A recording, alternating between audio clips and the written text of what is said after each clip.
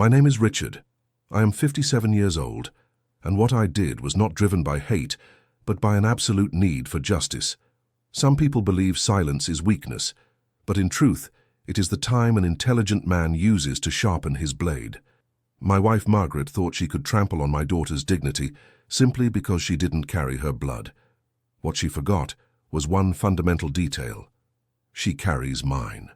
Watching the woman I shared my bed with for 15 years drag a pregnant young woman's suitcases out to the street, screaming that she was worthless trash and a bastard, was the last mistake she would ever make in her life.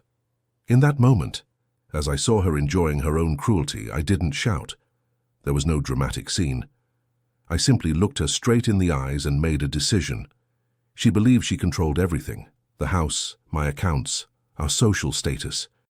She had no idea that from that exact second on, her downfall was already written. I am not a man of impulses. I am a man of plans. If she wanted to play at discarding people like garbage, I would teach her what it feels like to lose absolutely everything, down to the very last dollar and the final ounce of respect. What she didn't know was that I already had everything prepared. If you enjoy stories where betrayal has consequences and justice arrives without warning, leave a like and subscribe. Here we share real stories of revenge and lessons that are never forgotten. For years, my life was a structure perfectly designed around order and efficiency. At 57, I learned that stability doesn't come from luck. It is built through silence and observation. I was a respected man in my field, someone who handled contracts and people with the same cold precision used to move a chess piece. My home was, or so I believed, a reflection of that success. I married Margaret 15 years ago. She was an elegant woman, with a presence that demanded attention, and fit seamlessly into the social circles I moved in. I knew she wasn't a woman of deep feelings, but I wasn't looking for romance. I wanted a partner who could maintain appearances and manage our life with the same discipline I applied to my business. There was, however, one variable Margaret always saw as a stain on her record of perfection: my daughter, Lucy. She was born from a relationship I had long before meeting Margaret, a youthful love that ended in tragedy when Lucy's mother died in an accident. Lucy came to live with me full-time when she was only 10. The transition was difficult. Margaret never loved her. From the very first day, she accepted her into the house the way one accepts an old piece of furniture that doesn't match the decor, but can't be thrown out of obligation. My daughter grew up under constant judgment. If Lucy got good grades, Margaret said it was the least she could do for living under our roof. If she made a teenage mistake, Margaret made sure to remind me that Lucy didn't have good blood. I tried to mediate, to compensate for her stepmother's coldness with financial support and education. My mistake was my own emotional restraint. I believed that as long as Lucy had what she needed and I was present, Margaret's contempt would be something she could overcome. I didn't see, or refused to see, that my wife's resentment was festering over time. To Margaret, our house was a temple built in her own image, and Lucy was a constant reminder that I had a life before her. A life she could neither control nor erase. The fragile balance held until Lucy turned 23. She was finishing her studies, a brilliant young woman, but with a shyness that revealed years of humiliation endured in her own home. I was proud of her, but I kept that pride hidden, as I do with everything. My relationship with Margaret was functional. We shared dinners, gala events, and conversations about investments. She handled much of the logistics of our properties and saw herself as the absolute owner of the wealth I had built. She felt secure, untouchable. I often watched her walk through the house with a superiority that bordered on arrogance. Sometimes she looked at me with a condescending smile, believing I was the predictable man who simply provided the money for her luxuries. I let her believe that. In business, letting your opponent think they have the advantage is rule number 1. But at home I lowered my guard. I never imagined her contempt for my daughter would escalate into inhuman cruelty at the moment Lucy needed us most. Everything changed on a Tuesday afternoon. I arrived home earlier than usual, and the atmosphere was heavy, suffocating. Lucy was in the living room, pale, her eyes swollen from crying. Margaret stood in front of her, arms crossed, flawless in her silk dress, but with an expression of disgust she didn't bother to hide. On the coffee table lay a pregnancy test. The silence broke when Margaret turned to me, not with concern, but with a wicked sense of triumph in her eyes. In a cold voice she said the bastard had finally shown her true nature, that she had brought disgrace into her home, and that she would not share her heir with a woman like that. I watched my daughter shrink, as if she wanted to disappear. Lucy looked at me, searching for protection, but Margaret didn't let me speak.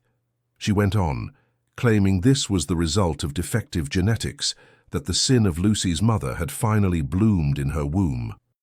It was the first time in 15 years that I saw the true face of the woman I slept beside, not just cold, but a monster who took pleasure in someone else's pain. That night, the house I had built with such care stopped being a home and became the stage of a war she had already lost, even though she didn't know it yet.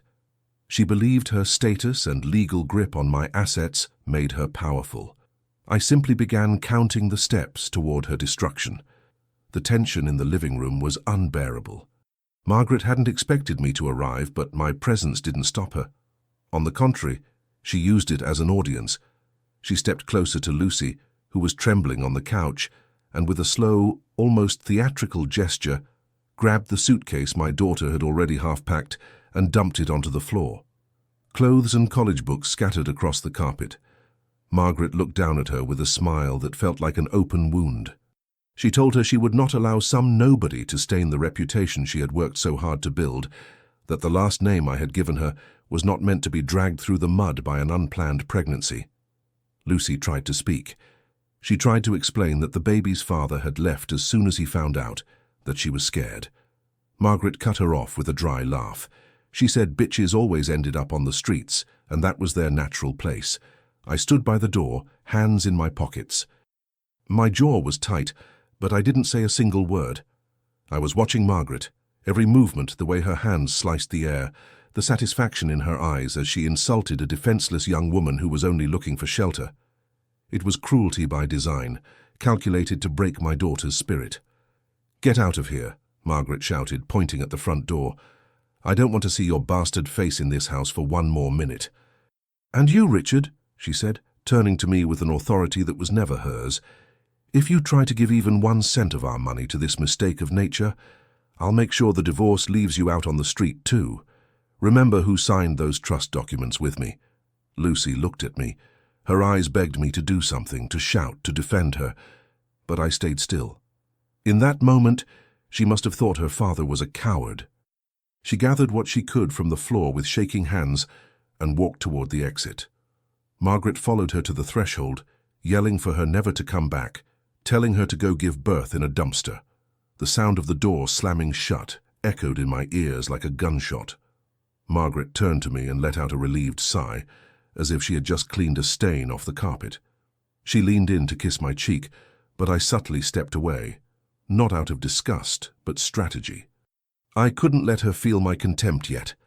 She laughed, saying my bad mood would pass and that now we could enjoy the house without dead weight. That night, while she slept peacefully, dreaming of her victory and social superiority, I sat alone in my darkened office. The humiliation wasn't just Lucy's, it was mine. Margaret believed I was a hostage to the contracts we had signed years earlier, when we merged our companies and properties.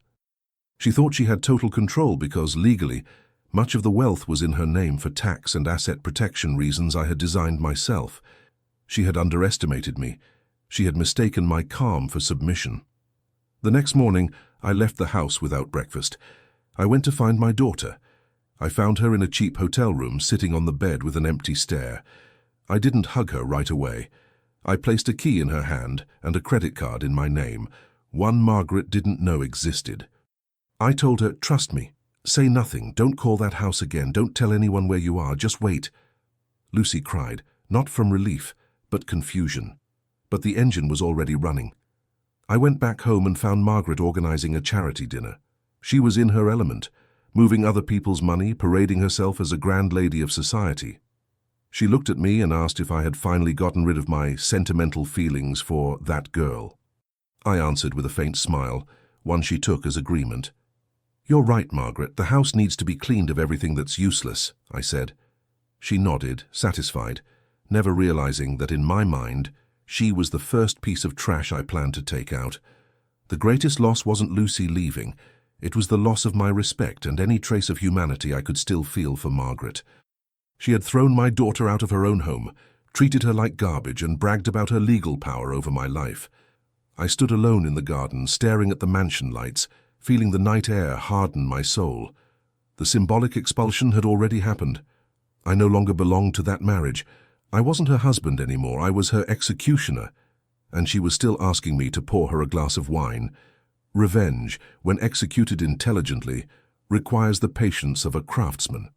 For the next 3 months, I became the most convincing actor in the world. I kept sleeping in the same bed as Margaret, sharing morning coffee and allowing her to savor her victory. I let her believe I had accepted Lucy's expulsion as a necessary evil to preserve our social standing. In her arrogance, she lowered her guard. She thought she had tamed me. While she spent thousands of dollars on charity events to polish her image, I met in secret with Arthur, an old friend and the most ruthless attorney I've ever known. Arthur isn't a man of loud courtrooms. He's an expert in financial architecture. We met in anonymous offices, far from the circles Margaret frequented. I laid our entire asset structure out on the table.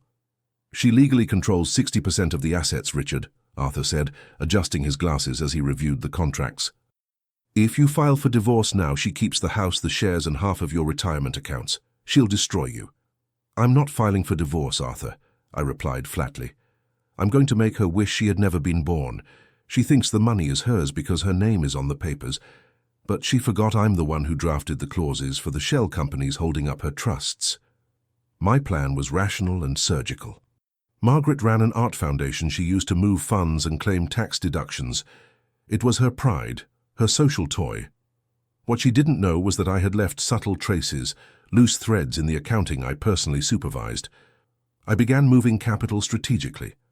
I liquidated assets from our joint accounts in ways that appeared to be failed investments, executed through her own digital signature, one I controlled. Every night, while she slept, I reviewed bank movements. I discovered Margaret wasn't just cruel, she was careless. She had been diverting small amounts for personal luxuries she didn't want me to see. That was the final gift. I wasn't just going to leave her on the street. I was going to leave her with a legal debt she couldn't repay in 3 lifetimes. At the same time, I purchased a small but luxurious property under a corporate name with no connection to me. That's where I settled Lucy. I surrounded her with the best doctors and specialists. I made sure she lacked nothing while keeping a cautious distance. Lucy was healing. Her belly grew, and with it, her strength. One day she asked why I didn't simply throw Margaret out of the house. I looked at her and said, "Because if you throw her out today, she leaves with money and pride. If we wait, she leaves with nothing and with shame. Patience is the mother of justice." The final strategic detail was the asset management agreement Margaret signed on a Friday afternoon. I told her it was a routine update to protect our legacy from new tax regulations. She was so busy trying on a dress for a gala that she barely read the fine print. With that signature, she granted me irrevocable power to liquidate properties in the event of imminent bankruptcy risk. There were only 2 weeks left before Lucy's pregnancy entered its final stage. I had already emptied the main accounts and transferred the funds into an investment trust in my future grandchild's name, parked in a tax haven beyond her reach. Margaret continued acting like the queen of a house of cards, unaware that I had already removed the foundation. I became an expert in silence. When she mocked Lucy at dinner, saying my daughter was probably begging at some traffic light, I simply nodded and poured her more wine. Every insult that left her mouth was $1 less I allowed her to keep in her future. I was preparing the ground for the most devastating counterattack of her life. I wasn't just reclaiming my honor and my daughter's. I was going to prove to Margaret that the power she believed she had was nothing more than an illusion I had allowed her to live in. Discovering her fund diversions was the missing piece. I had proof of fraud that could send her to prison, or at the very least ruin her socially forever if she chose to fight. The board was set. The pieces were in place. All that remained was the final move, the one that would leave her watching her perfect world collapse in front of her eyes, completely powerless to stop it. The day of the climax came without screams or hysterical scenes. It was a Monday morning, the moment of greatest vulnerability for someone who lives off appearances. Margaret was in the dining room, surrounded by folders and catalogues for her next charity event, wearing that familiar look of self-satisfaction.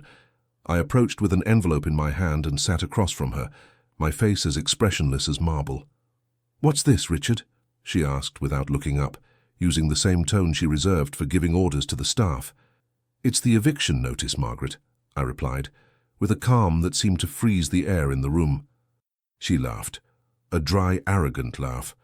She looked at me as if I had lost my mind, reminding me word for word that the house was in her name and that I had no power to remove her.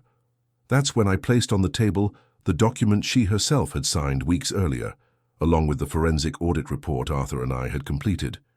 I explained, with the detachment of someone reading a weather forecast, that due to the massive losses and the fraud detected in her foundation, the properties had been liquidated to cover the debts she had legally generated herself. The house was no longer hers. In fact, it no longer belonged to either of us. It had been acquired by a corporation whose final beneficiary was a trust in my grandson's name. I watched the color drain from her face. Her hands began to shake as she flipped through the bank statements showing zero balances. She tried to scream, tried to threaten me with divorce, but I stopped her before the first word of hatred could leave her mouth.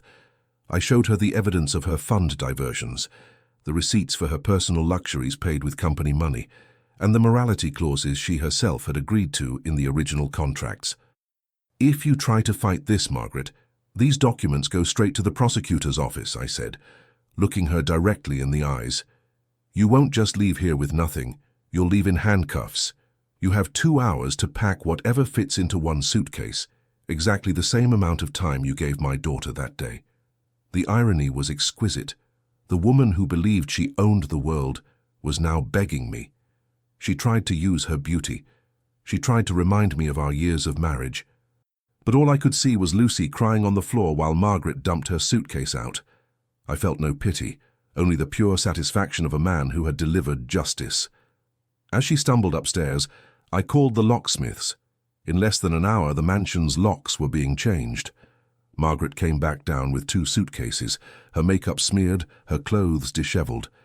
She was no longer a grand lady of society. She was defeated and pathetic. She stopped at the doorway, the same place where she had humiliated Lucy, and asked where she was supposed to go. "That's a problem someone of your status should know how to solve, isn't it?" I replied, using her own words. I closed the door in her face. It wasn't a violent slam, it was a smooth final motion. Through the glass I watched her stand on the sidewalk, staring at the house that no longer belonged to her. The moving truck I had hired arrived minutes later to collect the furniture that legally belonged to her, leaving her there alone with her suitcases. That afternoon, I went to get Lucy. I brought her to the house that now legally belonged to her child. She entered cautiously, but when she realized Margaret was gone, that the air was finally free of her poison, she could breathe again. There were no loud celebrations. We sat in the garden, the same place where I had planned everything, and drank tea in silence. My grandson would be born in a home where cruelty had no place. Margaret tried to treat my daughter like trash, and now she was the one outside, discovering that without my money and my last name, she was absolutely nobody. Justice isn't a feeling, it's an accounting result. And my books were finally balanced. 6 months have passed since the doors of that house closed behind Margaret for good. Rumors reach me from time to time, small fragments of information that only confirm what I already knew. She tried to seek support from her so-called high society friends, but in that world, loyalty lasts only as long as the bank balance does.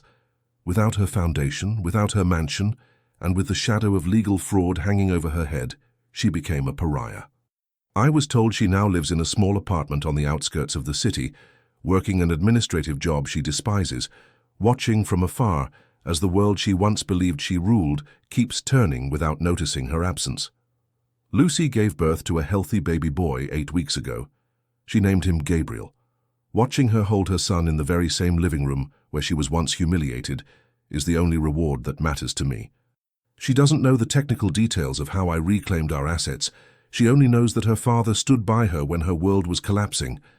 We are not a family of constant hugs or sentimental words. We are survivors. What we share now is mutual respect, a shared silence worth more than 1,000 apologies.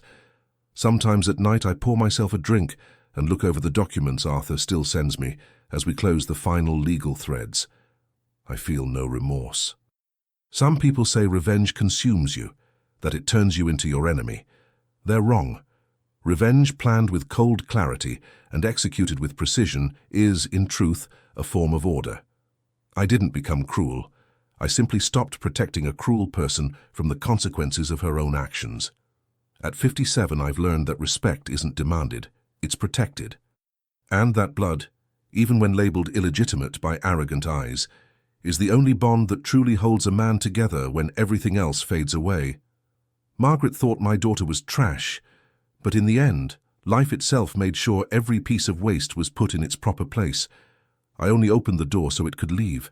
Sometimes the best revenge isn't revenge at all. It's watching life collect its debts. If this story felt as intense to you as it was for me to live it, leave a like and tell me in the comments what you would have done. And if you're not subscribed yet, turn on the notification bell so you don't miss the next stories.